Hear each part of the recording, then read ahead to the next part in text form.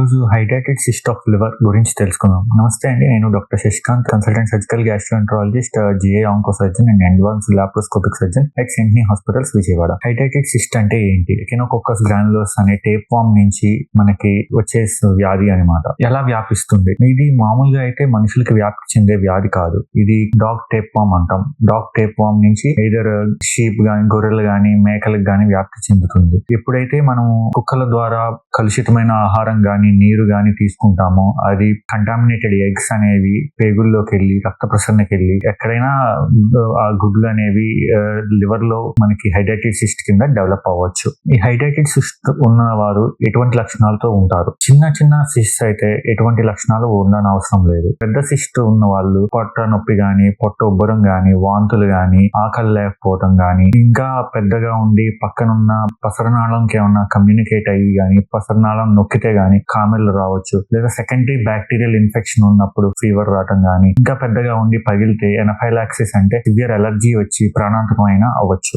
Hydrated cyst అనేది ఎలా నిర్ధారించాలి? ఒకటి, స్క్రీనింగ్ అల్ట్రాసౌండ్ స్కాన్ ఇనిషియల్ గా చేస్తాము.